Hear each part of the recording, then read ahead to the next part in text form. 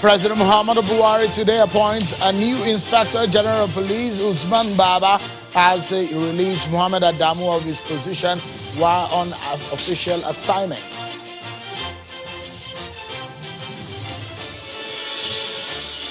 And Vice President Professor Yemi Oshibajo has warned against those he says are agents of anarchy in the country, fanning the embers of discord and violence.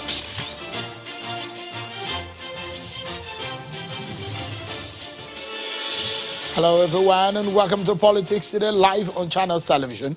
I'm Sean Kimbalo and we are live from our Lagos studio in Nigeria. Tonight we assess President Buhari's choice of the new police chief and the task before the man at the helm of affairs now. But before we get into that conversation, let's tell you that the Attorney General of the Federation and the Minister of Justice, Mr. Abubakar Malami, as the Bong reports that his ministry is colluding with the Chief of Staff to the President, Muhammadu Buhari, in pushing for the payment of judgment debts. Addressing a news conference in Abuja today, the AG says the government will continue to scrutinize all judgment debts against the nation in order to prevent unscrupulous persons from circumventing the due process of recovering judgment debts.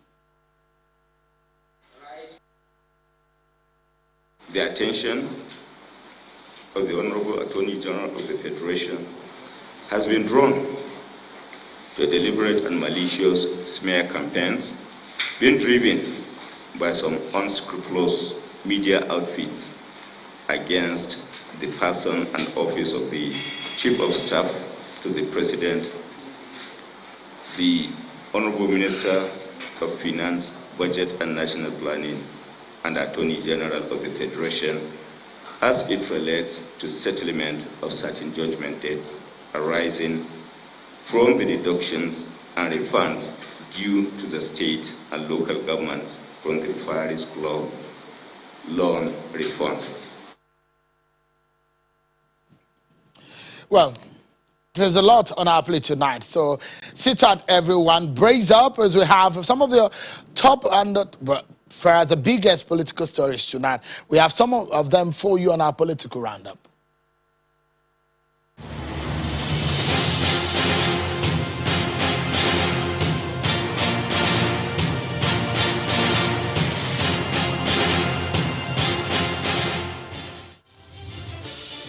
A group of concerned young members of the All Progressives Congress in the North have warned against the extension of the tenure of the caretaker committee of the party's National Executive Committee, led by the Yobe State Governor, Mai Buni. Addressing a news conference in Kaduna, spokesperson of the group, Abdulsalam Kazim, warns the APC national leadership not to contemplate postponing the party's national convention slated for June this year, noting that any attempt to shift or elongate the tenure of the caretaker committee will create avoidable crisis in the party.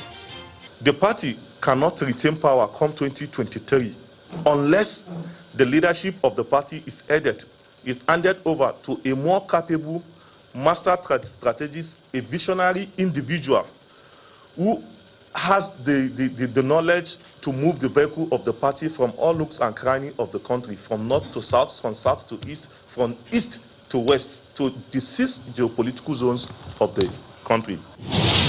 Judicial activities in most parts of the country came to a halt after members of the Judiciary Staff Union of Nigeria began an industrial action. Some of the members stormed the Federal High Court Lagos today to enforce their indefinite nationwide strike.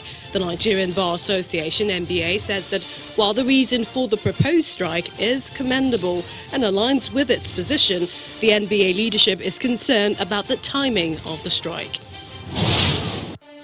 These two men have disagreed for several years on their political stance, although they were formerly in the same political party. But their meeting here is not a cheery one, as the APC leader, Bola Tinubu, is paying a condolence visit to the leader of Afenifere, Chief Ayo Adebanjo, over the death of Yinka Odumaki, the group's spokesperson. The APC leader also visited the doctor, Joe Oke-Odumaki, the wife of the late Afenifere chieftain. We were together, struggling for actualization of June 12th. It means so much to me.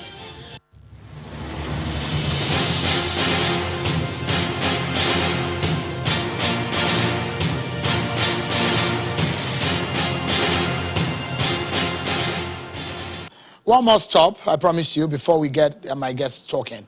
So let's tell you that the Vice President, Professor Yemi Osinbajo, says the government is already after those behind yesterday's attack on the Owerri Correctional Center and the police headquarters. The VP visited the crime scene today. The Vice President says an attack on the nation's security facility is an attack on the safety and well-being of the citizens as well as a way of life of the people.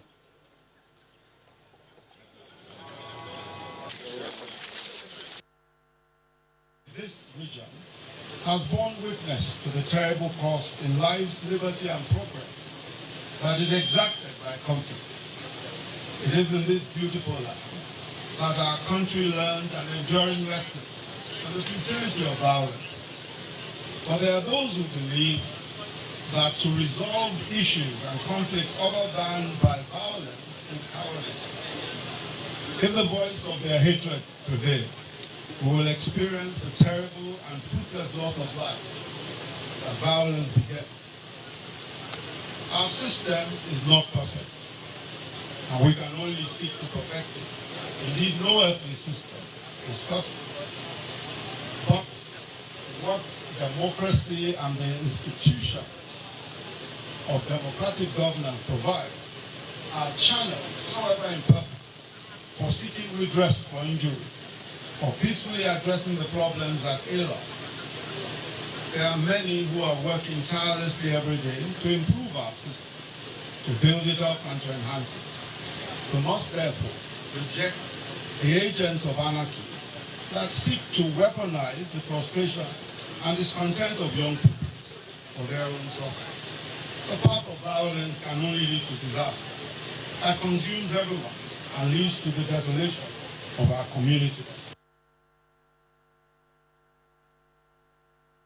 Well, those are the words of Professor Yemi Osinbajo, the Vice President. And to our conversation tonight, President Muhammadu Buhari today approved the appointment of a new acting Inspector General of Police to replace Mr. Muhammad Adamu. The police chief now is Mr. Usman Baba, a Deputy Inspector General of Police who has served as the Secretary of the Force and also in charge of finance and administration, among several other roles as a senior police officer. The appointment was announced today by the Minister of Police Affairs at the State House in Abuja. So you can see his profile there on your screen, his education profile, and of course his past deployment and assignment. You can also see as well his little bio, when he was born, when he joined the force. Well, as the announcement was going on, the outgone Inspector General of Police now, Mr. Muhammad Adamu, is in Imo State for an on-the-spot assessment of the havoc caused by during the attack on a correctional facility in Owerri. Tonight, we assess the new man and the appointment by President Buhari and the task before the new police chief. I'm being joined on the program by a former Commissioner of Police, Mr. Abayomi Akiremale, a security consultant and a lawyer, and the National Chairman of the ADP, Alhaji Yabagi Sani. Both of them are in our Abuja studio. Thank you so much, gentlemen, for joining us tonight on the program. Let's begin the conversation. I'd like to, for us to look at 4 different things on the program tonight as relating to what has happened today. It's a big deal considering the security situation in our country as of today. We'll look at the president's choice, the new man at the helm of affairs, the role and the process, and of course the task before him tonight on the program. So let's get to it, gentlemen. First, let me get both of your reaction to the president's choice of the new IGP. Perhaps I should begin from the man who knows the police too well. He rose to perhaps a senior position in the police force, technically speaking. Mr. Akiremale, what is your view on President Buhari's choice of a new police chief? Oh, thank you. Good evening, viewers. Shakespeare says that there's a tide in the affairs of men, which taken at the flood leads to fortune. Omitted, all the voyage of their lives is bound in shallows and mysteries. On such a full current are we now, and we must take the current while it lasts.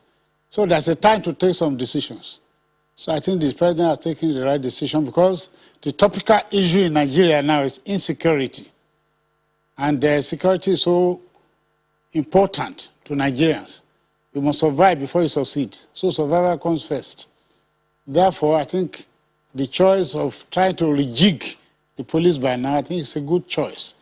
Because there is a time that we must react to the insecurity. So that something must be done. And the man who has just left the place has done his best. He has tried.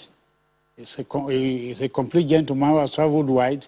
But then, the challenges of the time require some new strategy that will be able to improve security. I think the right decision has been taken at the right time. And the man that has just come into the realm of affairs now is somebody who has worked across the nation. He was once a commissioner of police in Delta State. He managed the place very well. He came to headquarters as a force secretary. He did very well. There's a presumption that anybody who is in any job for 20 years, there's no uproar against him, and there's no adverse campaign against him. I presume that he's a competent person until the contrary is proved. So I believe that he's a competent person that should be able to take security to a greater height. All right. Let me allow Alhaji Yabagisani to weigh in now. The same question to you, but let me give you a little background. Since from 2015, President Buhari inherited an IG in person of Solomon Arase from Edo State. Putum Idris, he appointed to replace Arase. Putum from Niger State. And Muhammad Adamu from Nasarawa State. And now we have Mr. Usman Baba. Is from Yobe State. Your take on President's choice? Well, I think let me first of all congratulate Mr. President for choosing a DIG, because the practice we have had before this time is that you choose somebody who is below the rank of DIG, and then by so doing, you waste all the experience and everything that he would have required to have a continuation of whatever was happening at that point in time. And it tells on the performance of whoever he's chosen, at that particular point in time. So I congratulate Mr. President for that.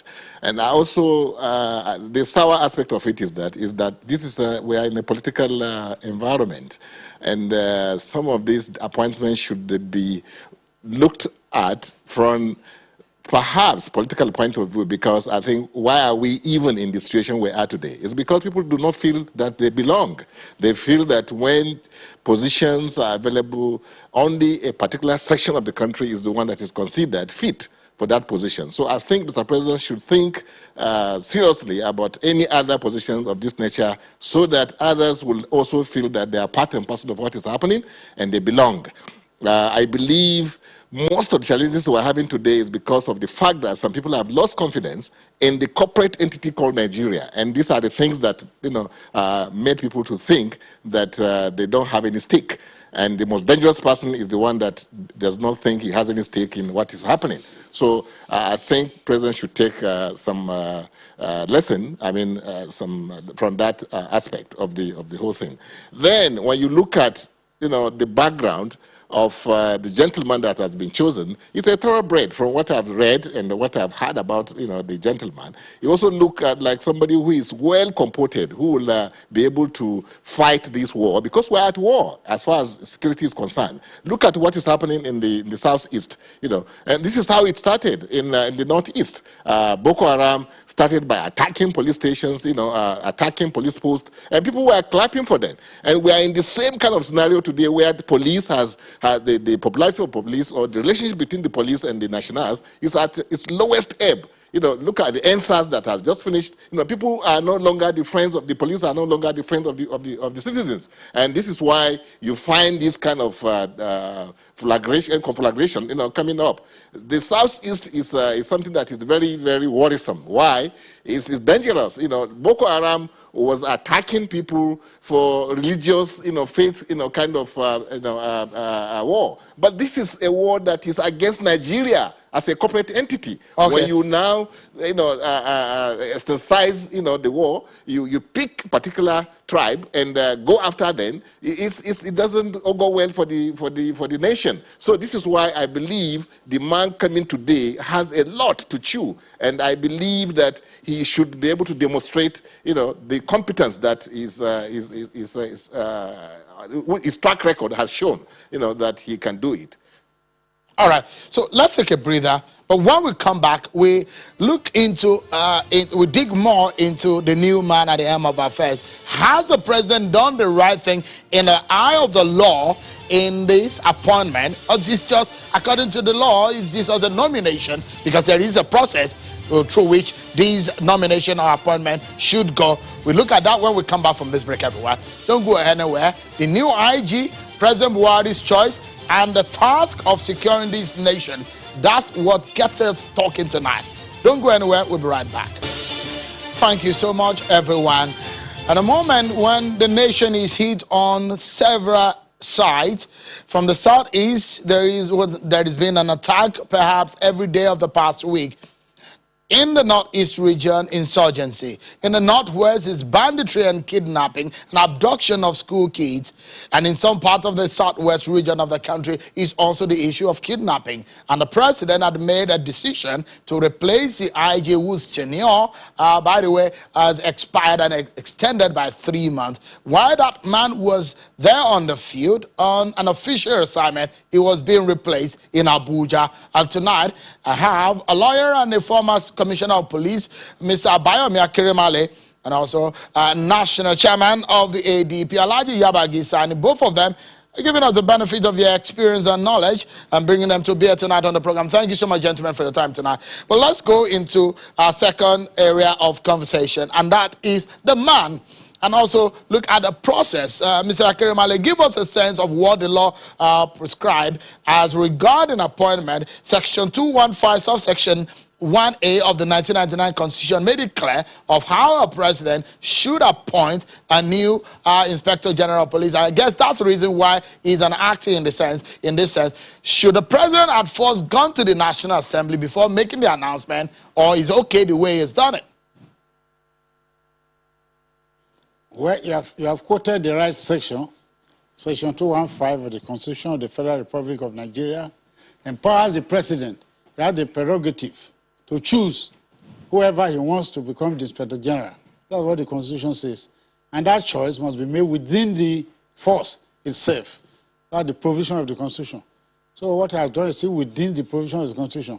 But what we are saying is that we should be taking into consideration the political configuration of Nigeria, so that no section of the country will feel bitter. So it has to be reflective in such a way that the geopolitical zones must also have access to power at any time. So nobody can question the president. He has the prerogative to do it. He has done it, and we believe he has made the right choice.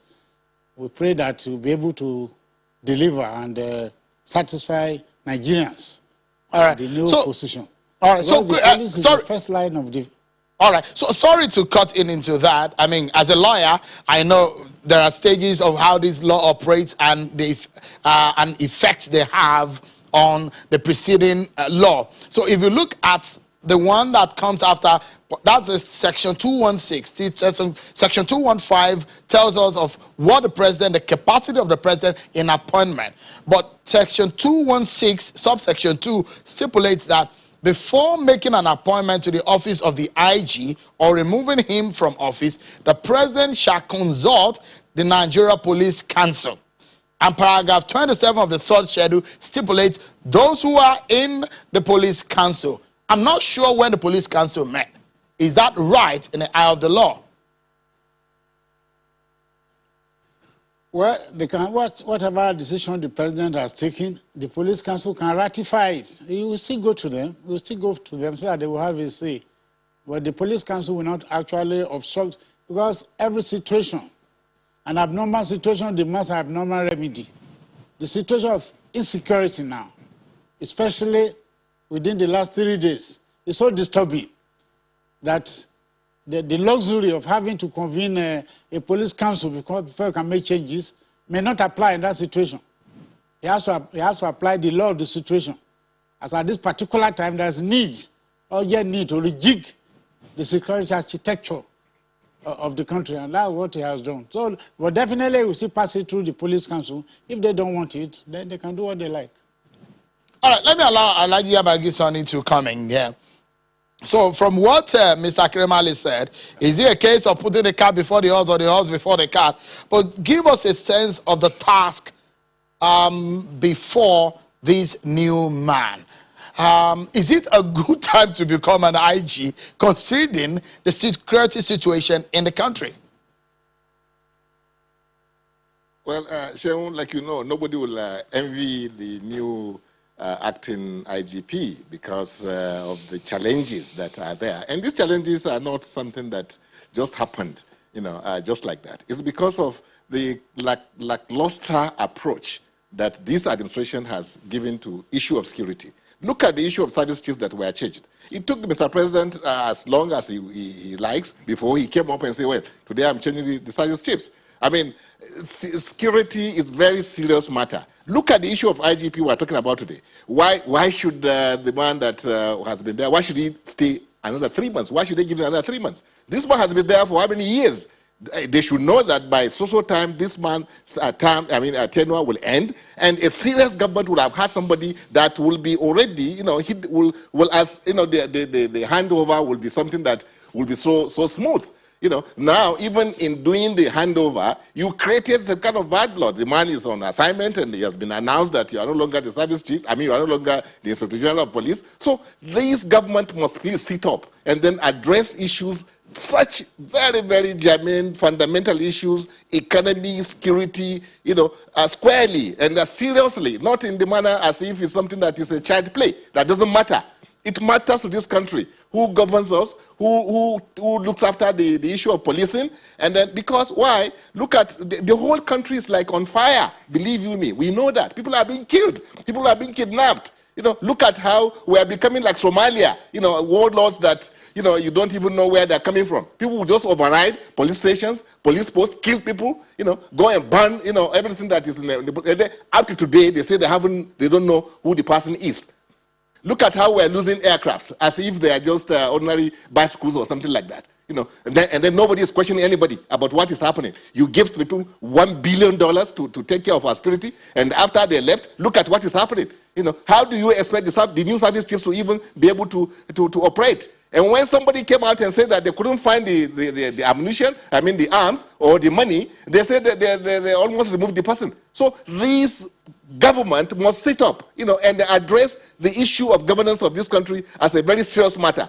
Because even the appointment of the Inspector General does not give somebody, does not impress me really, and I'm not sure this is how you handle a matter like this. And that perhaps that is why all the issue of insecurity is just is becoming more and more compounded, by the day. And it's very dangerous. It's serious. Nigerians are losing confidence in this country. That is very dangerous. Mr. President is not even fully engaged with us. You don't ask your aides to come and talk to people in a situation like this. Mr. President should be engaged with Nigerians. All right. I'm not talking about he going for his looking after his health. Well, of course, even the timing was wrong too.